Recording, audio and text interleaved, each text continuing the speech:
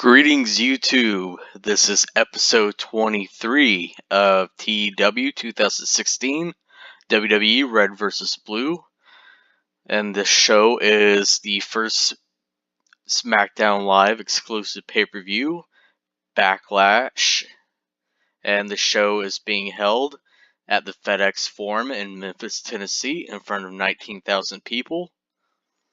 And in the pre-show bout, our first pre-show bout of the evening, it had subpar wrestling and little heat. The club defeated Titus O'Neil and Apollo Crews and Golden Truth in 8:46 when Carl Anderson defeated Goldust by pinfall with a magic killer. Apollo Crews had an in-ring performance of 48, Titus O'Neil 46, R-Truth 44, Goldust 57, Carl Anderson 59, and Luke Gallows 52. No worker improvements. The match got a 57 C- rating. So it's just a match to get the club a victory and get them a little bit of momentum. And our next pre-show bout, Alberto Del Rio and Baron Corbin defeated Kane and Mark Henry in 15:30 when Baron Corbin defeated Mark Henry by pinfall with the end of days. The match got a 65 C rating. Baron Corbin is improving in Rumble skills. Mark Henry had an in-ring performance at 54, Kane 54, Corbin 54, and Del Rio 71. So once again, just another match to get some of the guys on the show and get Alberto Del Rio and Baron Corbin a little momentum since they have no actual storylines at the moment.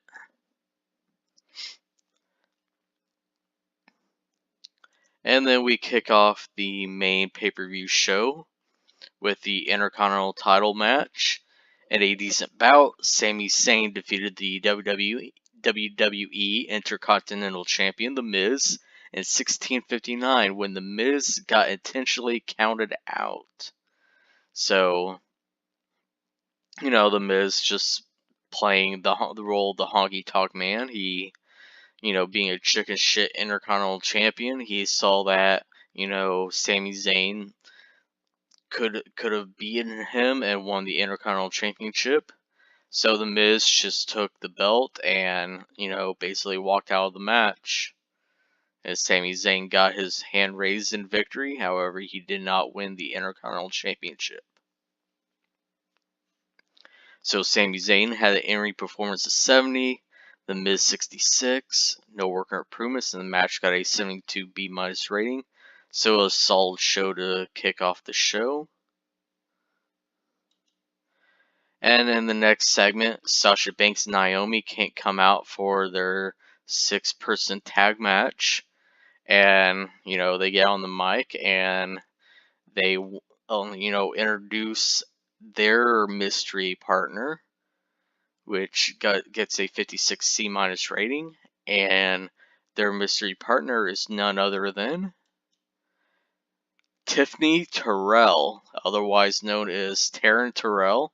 And Tiffany from ECW fame, who, was at one point the general manager of ECW. So she's there as Sasha Banks and Naomi's mystery tag partner. And I know what you're all thinking. I'm sure you're watching this and you're like, so what about Bayley? Why, she would have been perfect for this spot. Well, let's just say I've got bigger things planned. There's a reason for this. Because I don't feel like Bayley should be squandered on a Big Show pay-per-view mystery partner spot. I mean, yes, it would have been cool, it would have made perfect sense. However, I've got specific plans for Bayley, and there's a reason why Bayley wasn't chosen for this, and you will see in due time. So just trust the process. That's all I'm going to say. So Tiffany Terrell debuted her Girl Next Door gimmick, and it got an above average rating. No work improvements. That segment got a 53 C- rating. And then the match got a 52D plus rating, and a bout that saw Pro Wrestling and Little Heat.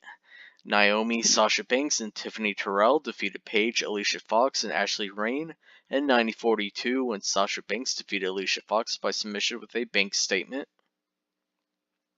Ashley Rain had an in-ring performance of 45, Alicia Fox 40, Paige 56, Tiffany Terrell 34, Sasha Banks 57, and Naomi 42. Ashley Rain is improving in rumble skills, and Tiffany Terrell is improving in technical skills. So, could have been better, but I'm not going to be too fussed with the 52D plus rating considering who is involved in the match. And in the next match, and a bout that had decent wrestling but didn't have much heat, the New Day defeated the Embassy, featuring Silas Thomas, Sawyer Fulton, and Cassius Ohno in 7:47, when Kofi Kingston defeated Sawyer Fulton by pinfall with a Trouble in Paradise. Cassius Ohno had an in-ring performance of 55, Sawyer Fulton 38, Silas Thomas 29, Xavier Woods 60. Kofi Kingston had a 70, and Big E 68. And Cassius Ohno is improving in performance skills. The match got a 62C rating, which isn't too bad considering the Embassy, most of them are being auto-pushed as enhancement talent because their overness isn't too great. Well, actually, downright awful at the moment. Cassius Ohno is being pushed as an opener. So, I mean, with that being said, I can't be too fussed with the 62C rating. Next segment, next match, and a bout that had decent wrestling but didn't have much heat. The Wyatt family and the Ascension defeated Enzo Amore, Big Cass, and the Usos in 15:03 when Bray Wyatt defeated Jey Uso by pinfall with a Sister Abigail.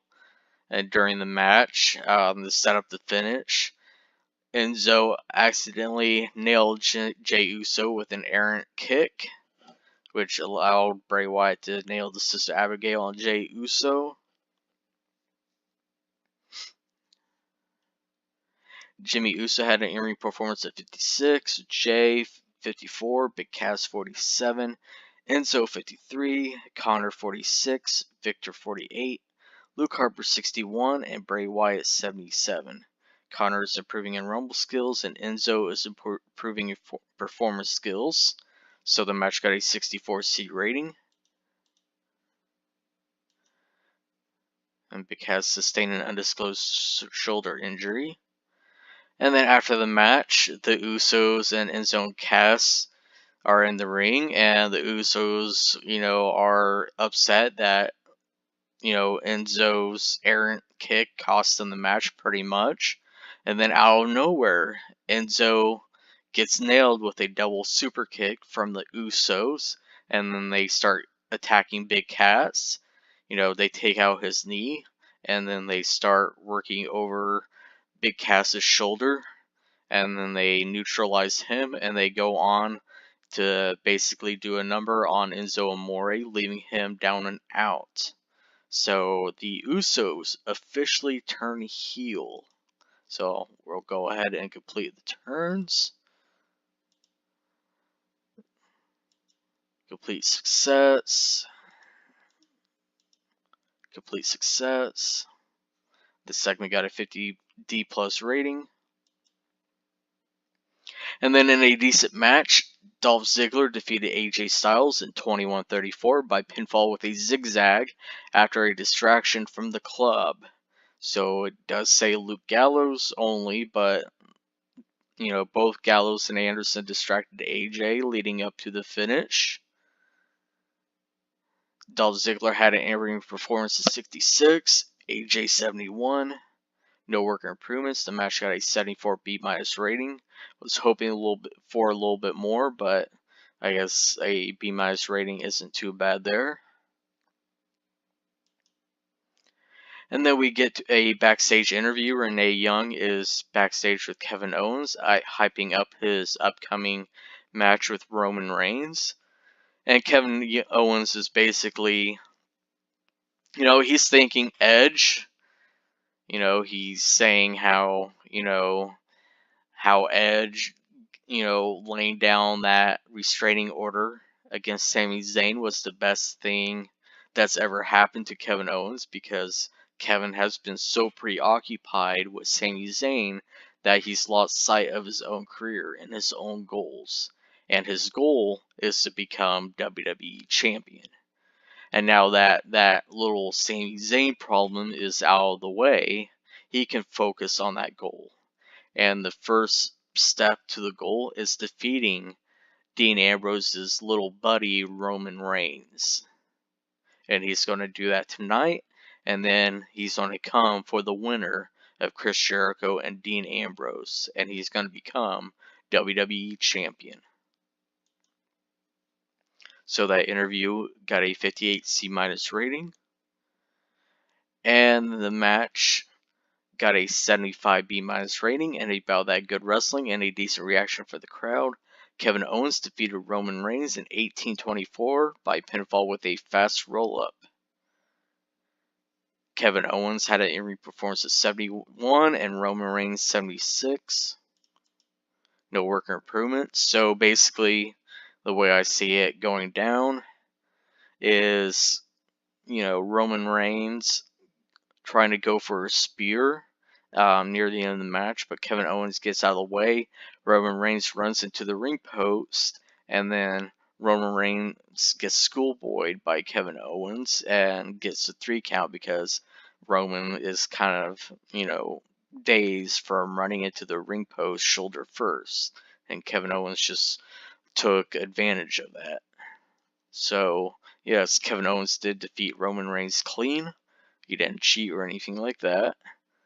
So that's a big win for Kevin Owens and boosts his argument for a future WWE Championship opportunity. And then in our main event, in a bout that had great wrestling and good heat, Dean Ambrose defeated Chris Jericho in 2018 by pinfall with a Dirty Deeds. Dean Ambrose makes defense number 2 of his WWE World Heavyweight title. Chris Jericho had an in-ring performance of 76.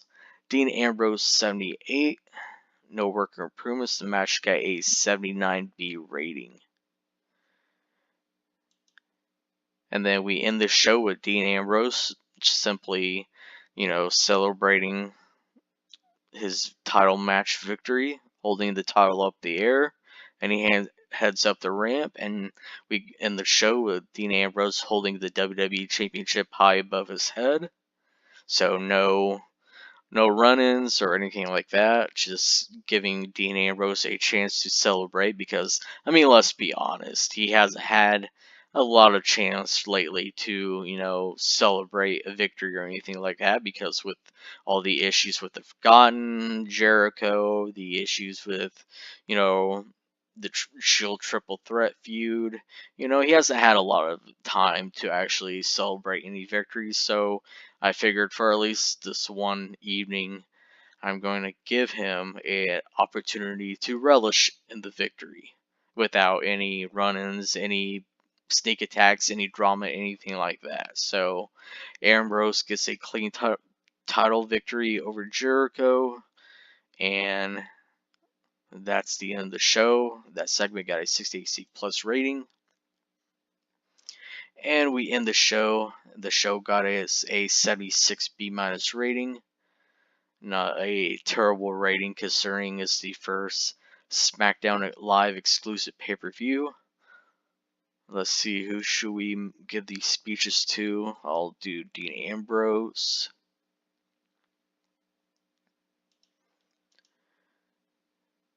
Compliment on good performance. And then I'll go Kevin Owens.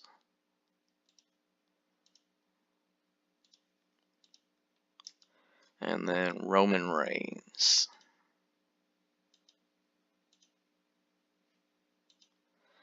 Ambrose please, Owens please, Roman pleased. So, for this episode, WWE Backlash, that should do it. If you like the episode, leave a thumbs up, leave a comment, And until next time, take care.